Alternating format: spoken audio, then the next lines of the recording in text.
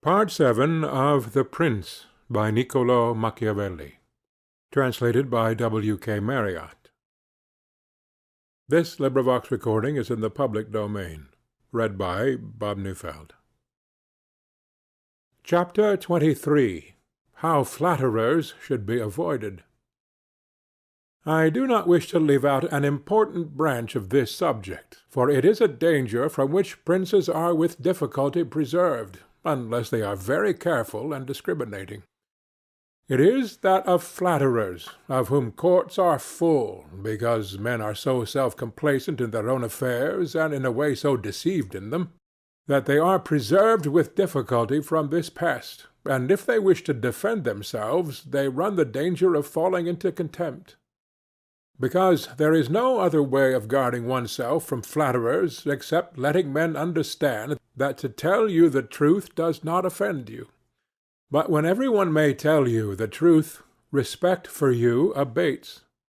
Therefore a wise prince ought to hold a third course, by choosing the wise men in his state, and giving them only the liberty of speaking the truth to him, and then only of those things of which he inquires, and of none others. But he ought to question them upon everything, and listen to their opinions, and afterwards form his own conclusions. With these counsellors, separately and collectively, he ought to carry himself in such a way that each of them should know that, the more freely he shall speak, the more he shall be preferred. Outside of these, he should listen to no one, pursue the thing resolved on, and be steadfast in his resolutions. He who does otherwise is either overthrown by flatterers, or is so often changed by varying opinions that he falls into contempt. I wish on this subject to adduce a modern example. Fra Luca, the man of affairs of Maximilian, the present emperor, speaking of his Majesty, said, "He consulted with no one, yet never got his own way in anything." This arose because of his following a practice the opposite to the above.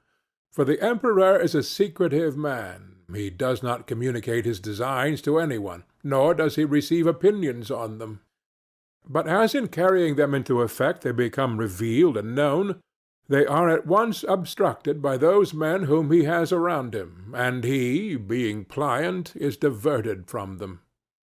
Hence it follows that those things he does one day he undoes the next, and no one ever understands what he wishes or intends to do, and no one can rely on his resolutions. A prince, therefore, ought always to take counsel, but only when he wishes and not when others wish. He ought rather to discourage every one from offering advice unless he asks it. But, however, he ought to be a constant inquirer, and afterwards a patient listener concerning the things of which he inquired. Also, on learning that any one, on any consideration, has not told him the truth, he should let his anger be felt. And if there are some who think that a prince who conveys an impression of his wisdom is not so through his own ability, but through the good advisers that he has around him, beyond doubt they are deceived, because this is an axiom which never fails, that a prince who is not wise himself will never take good advice, unless by chance he has yielded his affairs entirely to one person who happens to be a very prudent man. In this case, indeed, he may be well governed, but it would not be for long, because such a governor would in a short time take away his state from him. But if a prince who is not inexperienced should take counsel from more than one, he will never get united counsels, nor will he know how to unite them. Each of the counsellors will think of his own interests, and the prince will not know how to control them or to see through them. And they are not to be found otherwise, because men will always prove untrue to you unless they are kept honest by constraint. Therefore it must be inferred that good counsels, whencesoever they come, are born of the wisdom of the prince, and not the wisdom of the prince from good counsels. Chapter 24. Why the Princes of Italy have lost their States. The previous suggestions, carefully observed, will enable a new prince to appear well established, and render him at once more secure and fixed in the state than if he had been long seated there. For the actions of a new prince are more narrowly observed than those of an hereditary one, and when they are seen to be able they gain more men, and bind far tighter than ancient blood. Because men are attracted more by the present than by the past, and when they find the present good they enjoy it and seek no further. They will also make the utmost defence of a prince if he fails them not in other things. Thus it will be a double glory for him to have established a new principality, and adorned and strengthened it with good laws, good arms, good allies, and with a good example. So will it be a double disgrace to him who, born a prince, shall lose his state by want of wisdom. And if these seigneurs are considered who have lost their states in Italy in our times, such as the King of Naples, the Duke of Milan, and others, there will be found in them, firstly, one common defect in regard to arms from the causes which have been discussed at length. In the next place, some one of them will be seen, either to have had the people hostile, or if he has had the people friendly, he has not known how to secure the nobles. In the absence of these defects, states that have power enough to keep an army in the field cannot be lost. Philip of Macedon, not the father of Alexander the Great, but he who was conquered by Titus Quintius, had not much territory compared to the greatness of the Romans and of Greece who attacked them. Yet, being a warlike man who knew how to attract the people and secure the nobles, he sustained the war against the enemies for many years, and if in the end he lost the dominion of some cities, nevertheless he retained the kingdom. Therefore, do not let our princes accuse fortune for the loss of their principalities after so many years' possession, but rather their own sloth, because in quiet times they never thought there could be a change. It is a common defect in man not to make any provision in the calm against the tempest, and when afterwards the bad times came, they thought of flight and not of defending themselves, and they hoped that the people, disgusted with the insolence of the conquerors, would recall them.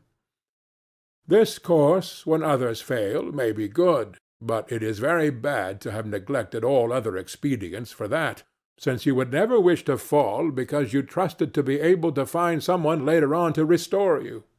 This again either does not happen, or if it does, it will not be for your security, because that deliverance is of no avail which does not depend upon yourself. Those only are reliable, certain, and durable that depend on yourself and your valor. Chapter 25. What fortune can effect in human affairs, and how to withstand her. It is not unknown to me how many men have had, and still have, the opinion that the affairs of the world are in such wise governed by fortune and by God that men with their wisdom cannot direct them, and that no one can even help them. And because of this, they would have us believe that it is not necessary to labor much in affairs, but to let chance govern them. This opinion has been more credited in our times because of the great changes in affairs which have been seen, and may still be seen, every day, beyond all human conjecture. Sometimes, pondering over this, I am in some degree inclined to their opinion.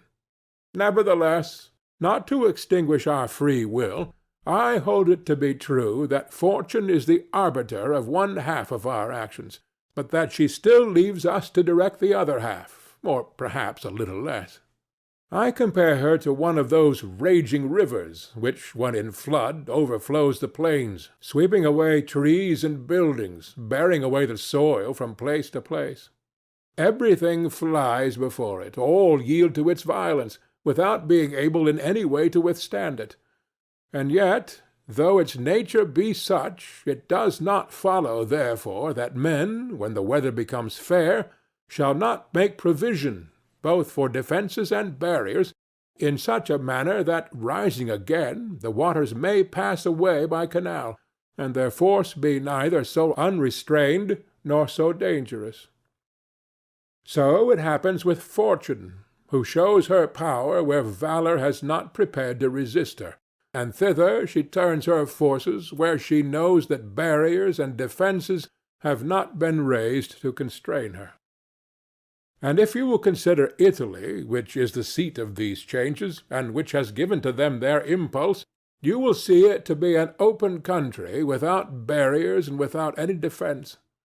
For if it had been defended by proper valour, as are Germany, Spain, and France, either this invasion would not have made the great changes it has made, or it would not have come at all. And this I consider enough to say concerning resistance to fortune in general. But, confining myself more to the particular, I say that a prince may be seen happy to-day and ruined to-morrow without having shown any change of disposition or character. This, I believe, arises firstly from causes that have already been discussed at length, namely, that the prince who relies entirely on fortune is lost when it changes.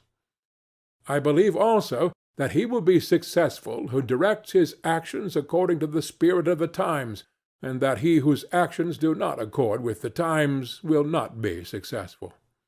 Because men are seen, in affairs that lead to the end which every man has before him, namely glory and riches, to get there by various methods, one with caution, another with haste, one by force, another by skill, one by patience, another by its opposite, and each one succeeds in reaching the goal by a different method.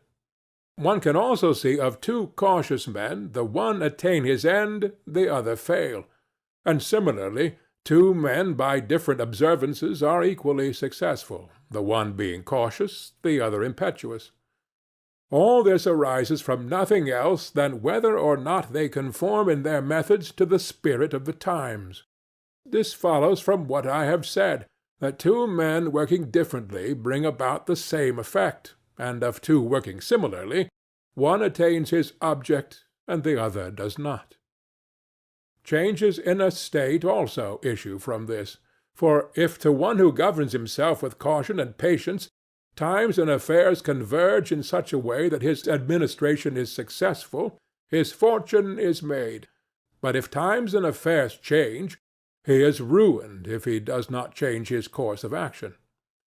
But a man who is not often found sufficiently circumspect to know how to accommodate himself to the change, both because he cannot deviate from what nature inclines him to do, and also because, having always prospered by acting in one way, he cannot be persuaded that it is well to leave it, and therefore the cautious man, when it is time to turn adventurous, does not know how to do it. Hence he is ruined, and had he changed his conduct with the times, fortune would not have changed. Pope Julius II went to work impetuously in all his affairs, and found the times and circumstances conform so well to that line of action that he always met with success. Consider his first enterprise against Bologna, Messer Giovanni Bentivoglio being still alive. The Venetians were not agreeable to it, nor was the King of Spain, and he had the enterprise still under discussion with the King of France. Nevertheless, he personally entered upon the expedition with his accustomed boldness and energy, a move which made Spain and the Venetians stand irresolute and passive, the latter from fear, the former from desire to recover the kingdom of Naples. On the other hand, he drew after him the King of France, because that king, having observed the movement, and desiring to make the Pope his friend so as to humble the Venetians, found it impossible to refuse him. Therefore Julius with his impetuous action accomplished what no other pontiff with simple human wisdom could have done. For if he had waited in Rome until he could get away, with his plans arranged and everything fixed, as any other pontiff would have done, he would never have succeeded. Because the King of France would have made 1,000 excuses, and the others would have raised 1,000 fears. I will leave his other actions alone, as they were all alike, and they all succeeded. For the shortness of his life did not let him experience the contrary. But if circumstances had arisen which required him to go cautiously, his ruin would have followed, because he would never have deviated from those ways to which nature inclined him. I conclude, therefore, that fortune being changeful and mankind steadfast in their ways, so long as the two are in agreement, men are successful, but unsuccessful when they fall out. For my part, I consider that it is better to be adventurous than cautious, because fortune is a woman, and if you wish to keep her under, it is necessary to beat and ill-use her, and it is seen that she allows herself to be mastered by the adventurous rather than by those who go to work more coldly. She is, therefore, always womanlike, a lover of young men, because they are less cautious, more violent, and with more audacity command her. Chapter 26. An exhortation to liberate Italy from the barbarians. Having carefully considered the subject of the above discourses, and wondering within myself whether the present times were propitious to a new prince, and whether there are elements that would give an opportunity to a wise and virtuous one to introduce a new order of things which would do honor to him and good to the people of this country, it appears to me that so many things concur to favor a new prince that I never knew a time more fit than the present. And if, as I said, it was necessary that the people of Israel should be captive so as to make manifest the ability of Moses, that the Persians should be oppressed by the Medes so as to discover the greatness of the soul of Cyrus, and that the Athenians should be dispersed to illustrate the capabilities of Theseus, then at the present time, in order to discover the virtue of an Italian spirit, it was necessary that Italy should be reduced to the extremity that she is now in, that she should be more enslaved than the Hebrews, more oppressed than the Persians, more scattered than the Athenians, without head, without order, beaten, despoiled, torn, overrun, and to have endured every kind of desolation. Although lately some spark may have been shown by one, which made us think he was ordained by God for our redemption, nevertheless it was afterwards seen, in the height of his career, that fortune rejected him, so that Italy, left as without life, waits for him who shall yet heal her wounds and put an end to the ravaging and plundering of Lombardy, to the swindling and taxing of the kingdom and of Tuscany, and cleanse those sores that for long have festered. It is seen how she entreats God to send someone who shall deliver her from these wrongs and barbarous insolencies. It is seen also that she is ready and willing to follow a banner, if only someone will raise it. Nor is there to be seen at present one in whom she can place more hope than in your illustrious house, with its valor and fortune, favored by God and by the Church, of which it is now the chief, and which could be made the head of this redemption. This will not be difficult if you will recall to yourself the actions and lives of the men I have named. And although they were great and wonderful men, yet they were men, and each one of them had no more opportunity than the present offers. For their enterprises were neither more just nor easier than this, nor was God more their friend than he is yours. With us there is great justice, because that war is just which is necessary, and arms are hallowed when there is no other hope but in them. Here there is the greatest willingness, and where the willingness is great, the difficulties cannot be great, if you will only follow these men to whom I have directed your attention. Further than this, how extraordinarily the ways of God have been manifested beyond example! The sea is divided, a cloud has led the way, the rock has poured forth water, it has rained manna. Everything has contributed to your greatness. You ought to do the rest. God is not willing to do everything, and thus take away our free will and that share of glory which belongs to us. And it is not to be wondered at if none of the above-named Italians have been able to accomplish all that is expected from your illustrious house, and if in so many revolutions in Italy and in so many campaigns it has always appeared as if military virtue were exhausted, this has happened because the old order of things was not good, and none of us have known how to find a new one. and nothing honors a man more than to establish new laws and new ordinances when he himself was newly risen. Such things, when they are well founded and dignified, will make them revered and admired, and in Italy there are not wanting opportunities to bring such into use in every form. Here there is great valour in the limbs, whilst it fails in the head. Look attentively at the duels and the hand-to-hand combats, how superior the Italians are in strength, dexterity, and subtlety. But when it comes to armies, they do not bear comparison, and this springs entirely from the insufficiency of the leaders, since those who are capable are not obedient. And each one seems to himself to know, there having never been any one so distinguished above the rest, either by valour or fortune, that others would yield to him. Hence it is that for so long a time, and during so much fighting in the past 20 years, whenever there has been an army wholly Italian, it has always given a poor account of itself. The first witness to this is Il Taro, afterwards Alessandria, Capua, Genoa, Vaila, Bologna, Maestri.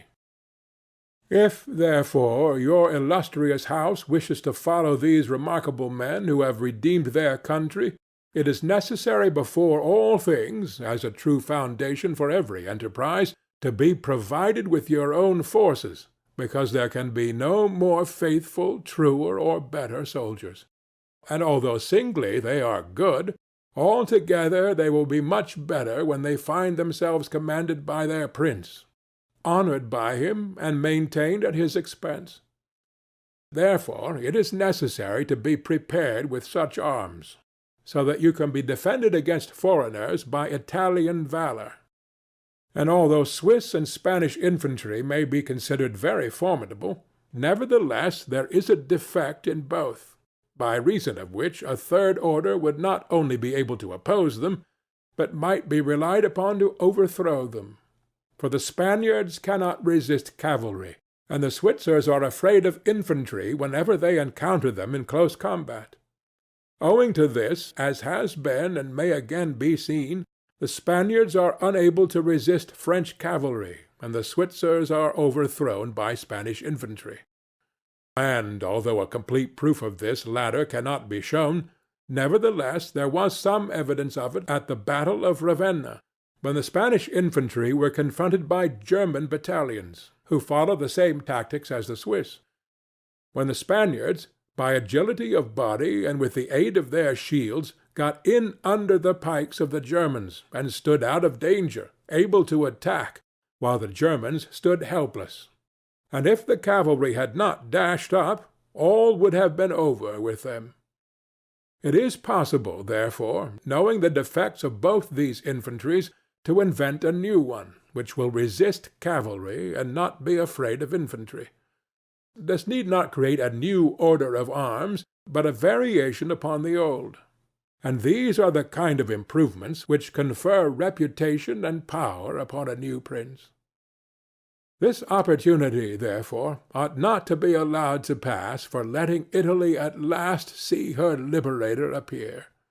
Nor can one express the love with which he would be received in all these provinces, which have suffered so much from these foreign scourings, with what thirst for revenge, with what stubborn faith, with what devotion, with what tears.